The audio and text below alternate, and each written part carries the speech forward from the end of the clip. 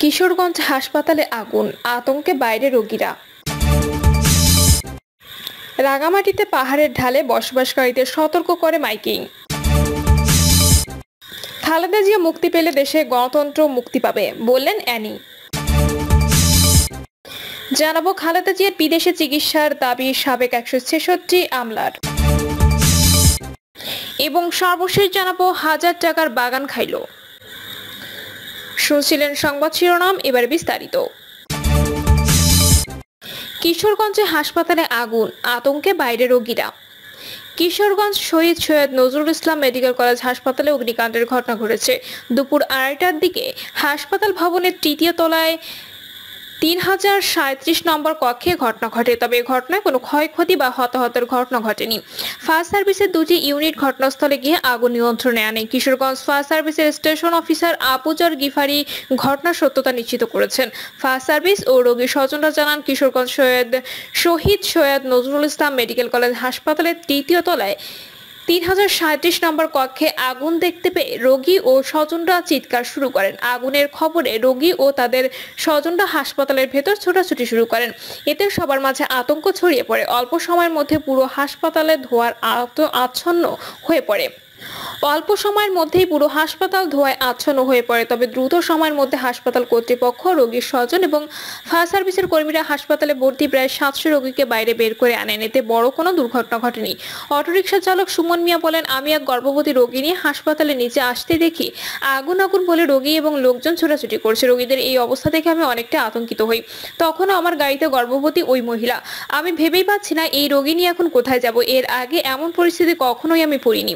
Fire সার্ভিসের চেষ্টায় খুব অল্প সময়ে আগুন নিয়ন্ত্রণে আসে। হাসপাতালের রোগী এবং সাধারণ মানুষের অনেক ভয় পেয়েছিল।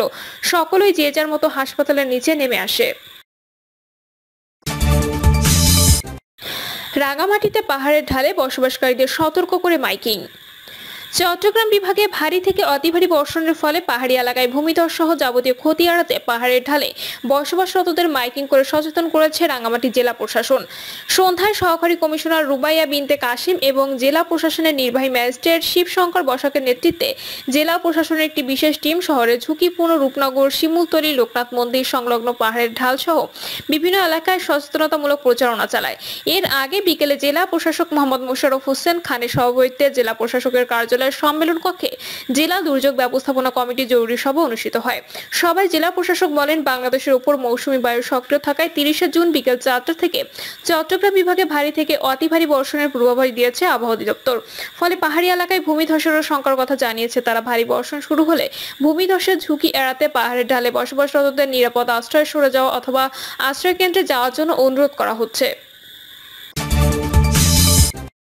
খালেদা জিয়া মুক্তি পেলে দেশের গণতন্ত্র মুক্তি পাবে, বললেন অ্যানি। বিএনপি যুগ্ম মহাসচিব শহীদ উদ্দিন চৌধুরী অ্যানি বলেছেন, দেশনেত্রী বেগম খালেদা জিয়া মুক্তি পেলে দেশের গণতন্ত্র মুক্তি পাবে, জনগণ মুক্তি পাবে। সরকার উপর্যুপরি মামলা ও সাজা দিয়ে খালেদা জিয়াকে বন্দী করে রেখেছে। তিনি আওয়ামী লীগ নেত্রীর প্রতিহিংসার শিকার। তারা খালেদা জিয়াকে জিম্মি করে ক্ষমতা দখল করে আছে। খালেদা জিয়া অসুস্থ মুমূর্ষ অবস্থায় আছেন, এটি হত্যার শামিল। আর এর দায়ভার বর্তমান প্রধানমন্ত্রীকেই বহন করতে হবে। এ অবস্থায় আন্দোলনের মাধ্যমে খালেদা জিয়াকে মুক্ত করা ছাড়া আর কোনো বিকল্প নেই।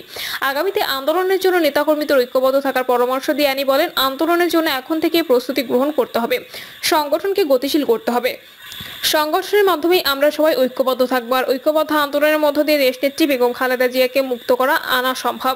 খালেদা জিয়া মুক্ত থাকলে দেশের বুকের উপর দিয়ে রেল লাইন, অবৈধ চুক্তি হতো না, দেশের দুর্নীতি দুঃশাসন হতো না, স্বৈর শাসন হতো না। তিনি মুক্ত থাকলে সার্বজনীন নির্বাচনের মাধ্যমে জনগণ সরকার ক্ষমতায় থাকতো। খালেদা জিয়ার বিদেশে চিকিৎসার দাবি সাবেক 166 আমলার। বিএনপি চেয়ারপারসন খালেদা জিয়াকে উন্নত চিকিৎসার জন্য বিদেশে পাঠানোর দাবি জানিয়েছেন সরকারের অবসরপ্রাপ্ত 66 জন কর্মকর্তা। পলিসি ম্যানেজমেন্ট অ্যান্ড রিসার্চ সোসাইটির পক্ষ থেকে গণমাধ্যমের মাধ্যমে বিবৃতিতে এই দাবি জানানো হয়। বিবৃতিতে খালেদা জিয়ার শারীরিক অবস্থা নিয়ে গভীর উদ্বেগ ও শঙ্কা প্রকাশ করে সাবেক আমলারা বলেন, খালেদা জিয়ার চিকিৎসার জন্য গঠিত মেডিকেল টিম বারবার জানিয়েছে তার বয়স এবং অসুস্থতার যে জটিল অবস্থা, তাতে যে ধরনের চিকিৎসা প্রয়োজন তা দেশে সম্ভব নয়। তার এমন সংকটাপন্ন পরিস্থিতিতে আধুনিক যন্ত্রপাতি সংবলিত যে সুযোগ সুবিধা প্রয়োজন 6 জন তা দেশে নেই। মেডিকেল বোর্ড বলেছে যে তার বর্তমান শারীরিক অবস্থা খুবই নাজুক, ঝুঁকিপূর্ণ, জটিল ও সংকটাপন্ন। তিনি এখন জীবন মৃত্যুর সন্ধিক্ষণে। ফলে খালেদা জিয়াকে সুস্থ করে তুলতে হলে, তার জীবন বাঁচাতে হলে বিদেশে উন্নত মেডিকেল সেন্টারে নিয়ে যথাযথ চিকিৎসার কোনো বিকল্প নেই। দেশের প্রতিটি নাগরিকের মতো সাংবিধানিক অধিকার অনুসারে তারও বিদেশে যাওয়ার চিকিৎসা পাওয়ার অধিকার রয়েছে। আমলারা আরো বলেন, খালেদা জিয়ার বর্তমান সংকটাপন্ন শারীরিক অসুস্থতা, বিদেশে উন্নত চিকিৎসার সুযোগকে রাজনৈতিক ঘেরাটোপে বন্দী রাখা হয়েছে। তার চিকিৎসার আবেদনকে আইনের দোহাই দিয়ে প্রত্যাখ্যান না করে সব সংকীর্ণভাবে ঊর্ধ্বে উঠে উন্নত চিকিৎসার লক্ষ্যে বিদেশে যাওয়ার অনুমতি দাবি জানাচ্ছি। 1000 টাকার বাগান খাইলো। 1000 টাকার বাগান খাইলো 5 টাকা ছাগলে। আমাদের দেশে বহুল প্রচলিত একটি প্রবাদ বাক্য। ছাগল একটি গৃহপালিত চতুষ্পদ জন্তু। এমনিতে এটি একটি নিরীহ প্রাণী, সাত চড়ে রান এই ধরনের। তবে বুদ্ধিশুদ্ধি কম থাকে, এটা মাঝে মধ্যে মনিবের ক্ষতি করে ফেলে। অবলা প্রাণী, তার উপর মাথায় মগজ কম, তাই কখন যে মনিব বা অন্য কারো বাগানে ঢুকে গাছপালা উদ্বাস্ত করে তার ঠিক ঠিকানা নেই। বোধ করি এ থেকেই উপরিউক্ত প্রবাদটির উৎপত্তি। আবার ছাগল একটি প্রসিদ্ধ গালিও বটে। কেউ বোকার মতো কাজ করলে বা কথা বললে মানুষ তাকে ছাগলের মতো কাজ করি বা ছাগলের মতো কথা বলিস না বলে তিরস্কার করে। যদিও ছাগল কথা বলে না, ছাগল কখনো আলোচনার বিষয় ছিল না। অবশ্য কিছুদিন আগে ছাগল সংবাদ শিরোনাম হয়েছিল। দেশে ছাগলের সংখ্যা বেশি এই খবরে। গ্রামাঞ্চলের গেরস্ত বাড়িতে 2-4টে ছাগল পোষা হয়, আবার বাণিজ্যিক ভিত্তিতেও ছাগল পালন করা হয়। কুষ্টিয়ার ব্ল্যাক বেঙ্গল গেট প্রজাতির ছাগল অত্যন্ত প্রসিদ্ধ। 2001 থেকে 2006 মেয়াদে বিএনপি নেতৃত্বাধীন 4 দলীয় জোট সরকারের আমলে ব্ল্যাক বেঙ্গল গোট পালন প্রকল্পের উপর জোর দেওয়া হয়েছিল। এর উদ্যোক্তা ছিলেন তৎকালীন প্রধানমন্ত্রী খালেদা জিয়ার মুখ্য সচিব ডক্টর কামাল উদ্দিন সিদ্দিকী। তবে সে প্রকল্পটি সফলতা পায়নি। আমার আজকের রচনা কিন্তু ছাগল প্রকল্প নিয়ে নয়, বরং একটি দামি ছাগল কিভাবে দেশের একজন শীর্ষ দুর্নীতিবাজের মুখ্য উন্মোচন করে দিল তা নিয়ে কথা বলতে চাইছি।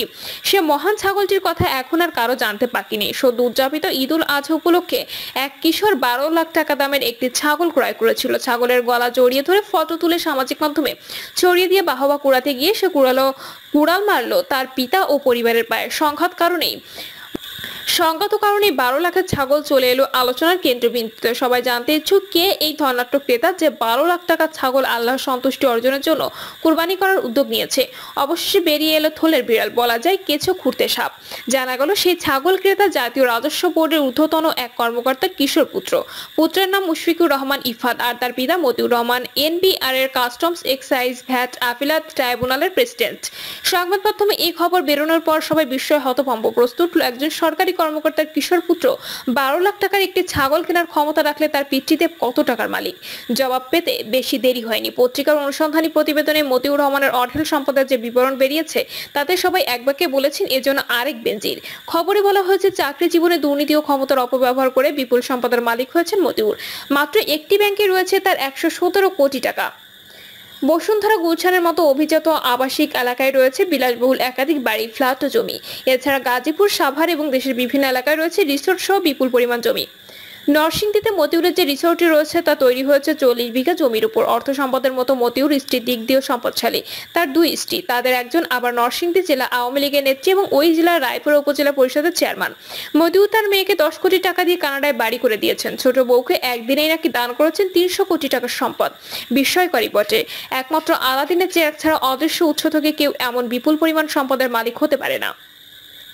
এমন বিত্তশালী পিতার পুত্র 12 লাখ টাকা ছাগল কিনবে, তা না তো কে কিনবে? তারপরও সবাই অবাক হয়েছেন ভিন্ন একটি কারণে। মতিউর রহমান রাজস্ব বিভাগের একজন কর্মকর্তা হয়ে দিনের পর দিন অবৈধভাবে সম্পদের পরিধি বাড়িয়েছেন। তার ব্যাংক ব্যালেন্স ভরা ভাদরের নদীর মতো ফেলে ফুপে উঠেছে। অথচ সরকারের সংশ্লিষ্ট বিভাগ কোনো খবরই রাখলো না। সরকারি কর্মকর্তাদের প্রতি বছর আয়কর রিটার্নের সঙ্গে সম্পদ বিবরণীও জমা দিতে হয়। মতিউর কি তা দিয়েছেন? মনে হয় না। তবে দুর্ভাগ্য মতিউরের। পুত্র ইফাত যদি 12 লাখের ছাগলের সঙ্গে ছবির মাধ্যমে ভাইরাল না হতো তাহলে মতিউরের অপকর্মের খবর কেউ জানতেই পারতো না। বোধ করি একেই বলে ধর্মের কল বাতাসে নড়ে। সন্দেহপ্রবণেরা বলছেন এমন কত শত মতিউর সরকারি প্রশাসনের নানা স্তরে আসন গেড়ে বসে আছে তার হদিসকে রাখে।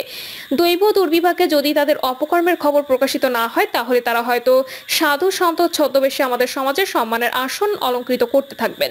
পুকুর চুরি বলে একটি কথা চালু আছে আমাদের সমাজে। সাধারণত বড়সড় দুর্নীতি বা আত্মসাতের ক্ষেত্রে এই উপমাটি ব্যবহার করা হয়ে থাকে। রাজস্বের মতিউর কিংবা সাবেক আইজিপি বেনজির আহমেদ যা করেছেন তাকে পুকুর চুরি না বলে পুকুর ডাকাতি বলাই বোধ করে যুক্তিযুক্ত। এই পুকুর ডাকাতেরা এতদিন সরকারি ক্ষমতার অপব্যবহার করে নিজেদের সম্পদ সাম্রাজ্য গড়ে তুলেছেন। দুর্ভাগ্য আমাদের, যাদের আমরা ভূত তাড়ানোর সর্ষে হিসেবে বিশ্বাস করি, তারা এক একজন ভূত সেজে বসে আছেন। যেভাবে একের পর এক ঊর্ধ্বতন সরকারি কর্মকর্তাদের দুর্নীতির গোমর ফাঁস হচ্ছে, তাতে দেশে কজন সৎ কর্মকর্তা আছেন সে ভাবনায় তালু গরম হওয়ার জোগাড়।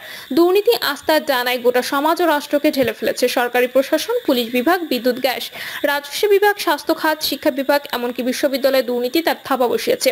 পাবলিক বিশ্ববিদ্যালয়ের কয়েকজন ভাইস চ্যান্সেলর যেসব অনিয়ম দুর্নীতির খবর এই পর্যন্ত পাওয়া গেছে তাতে অনুমান করা যায় পচনের মাত্রা কতটা ভয়াবহ আকার ধারণ করেছে। সাবেক আইজিপি বেনজিরের পর পুলিশের আরেক ঊর্ধ্বতন কর্মকর্তা ডিএমপি সাবেক কমিশনার আসাদুজ্জামান মিয়ার বিপুল অর্থ সম্পদের খবর পাওয়া গেছে। তিনিও নামে বেনামে গড়ে তুলেছেন সম্পদের রাজ্য। তার এসব সম্পদের তথ্য নাকি গাজীপুর মেট্রোপলিটন পুলিশের অতিরিক্ত উপ পুলিশ কমিশনার জিসানুল হক অনলাইন মিডিয়ায় সরবরাহ করেছেন। সেজন্য তাকে সাময়িক বরখাস্ত করা হয়েছে। কারো দুর্নীতির খবর ফাঁস করে দেওয়া বাংলাদেশের পেনাল কোডের কোনো ধারায় শাস্তিযোগ্য অপরাধ তা জানতে বড্ড ইচ্ছে করছে। যেখানে একজন সরকারি কর্মকর্তার অবৈধ সম্পদ অর্জনের খবর ফাঁস করে দেওয়ার এডিসি জিসানুলের পুরস্কৃত হওয়ার কথা, সেখানে তিনি হলেন তিরস্কৃত। পৃথিবীর কোনো দেশে এমন নজির আছে বলে মনে হয় না। অপরদিকে পুলিশ সার্ভিস অ্যাসোসিয়েশন বিবৃতি দিয়ে পুলিশের দুর্নীতির খবর প্রকাশ করায় গণমাধ্যমের প্রতি গোস্বা প্রকাশ করেছে। এ বিষয়ে লেখক গবেষক চিরঞ্জন সরকার তার কলমে যথার্থই মন্তব্য করেছেন। কোনো ব্যক্তির অবৈধভাবে উপার্জিত সম্পদের সুনির্দিষ্ট তথ্য প্রকাশ করা কি তাকে হেয় করা? অ্যাসোসিয়েশনের কর্তব্য ব্যক্তিরা কেন দুর্নীতিবাজদের দায় নিচ্ছেন, নাকি তারা নিজেদের ভবিষ্যৎ নিয়ে চিন্তিত? প্রিয় দর্শক, এই ছিল এখনকার সর্বশেষ সংবাদ। আপডেট সব সংবাদ পেতে চ্যানেলটি সাবস্ক্রাইব করে বেল আইকনটি ক্লিক করে রাখুন।